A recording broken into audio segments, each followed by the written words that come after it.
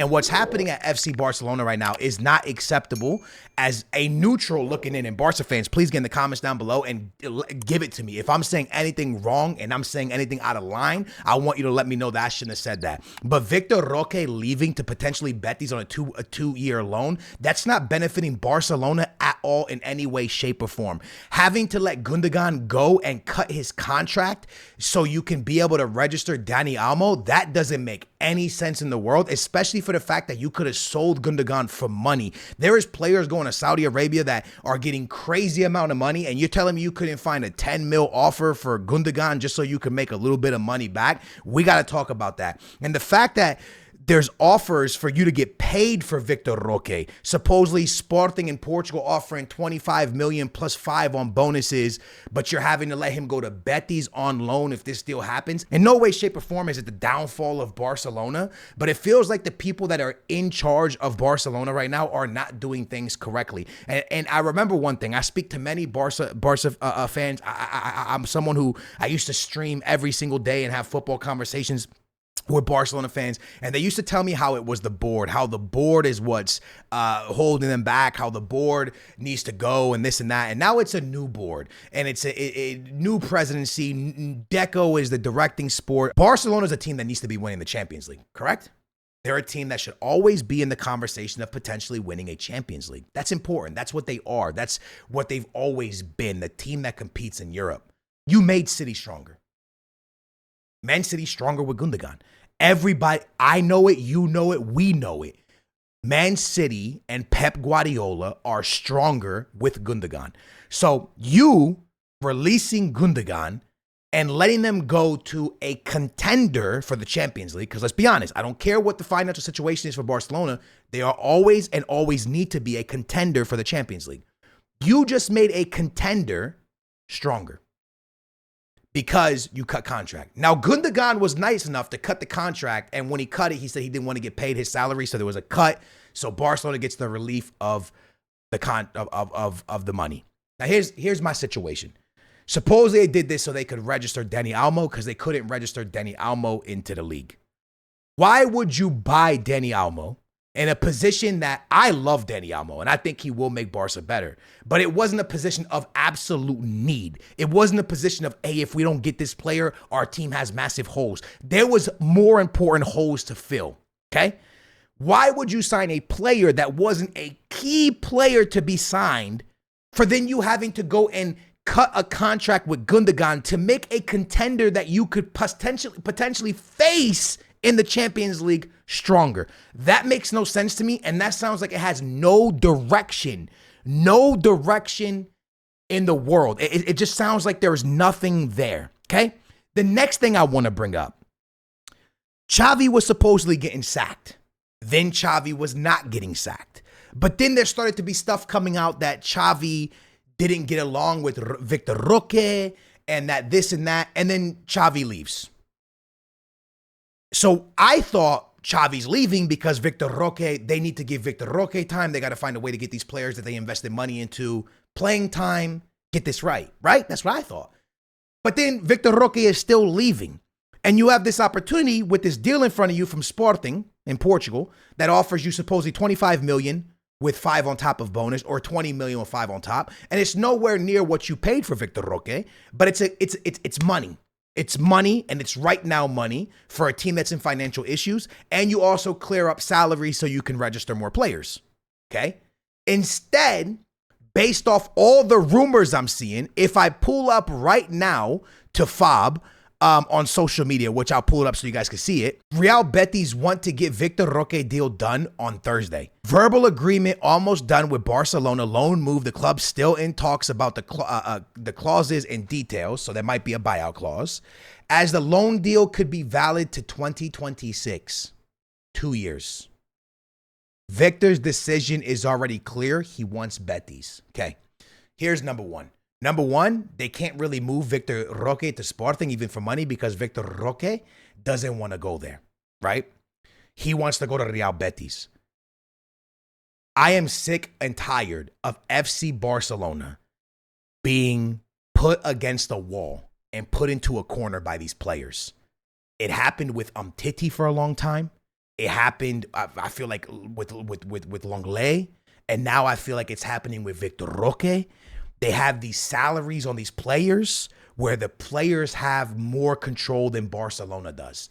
And I always say this, and I will always say it. There is no player in the world that is bigger than the badge. If Leao does not join Barca, Chiesa will. One of them will sign for the club. First of all, I seen that AC Milan like wants 178 million or something for Leao. I saw some crazy number like that. Why is Barca even linked with somebody over 100 million, bro? They just had to cut a contract with Gundogan. Why are they even linked to a player over 100? Like, get this. Who's reporting this? Get this out my face. And the Chiesa one, this one does make more sense because he's having a Juve problem, a Juve situation where Juve doesn't want him. But this is what I want to say to you, and this is where I believe the massive problem here is. Barcelona needs to stop taking a player just because, right? Barca, like, I feel like Dani Almo's a great player, but it wasn't necessarily a need or it was one of the best players that they could pull in for what they had, right? And that's fine. But it doesn't feel like you're solving, like, does Chiesa solve the problem? Rafinha's been playing well. You have Lamine Yamal. Do you necessarily need Chiesa? Do you need to, is Chiesa going to make Barcelona crazy better?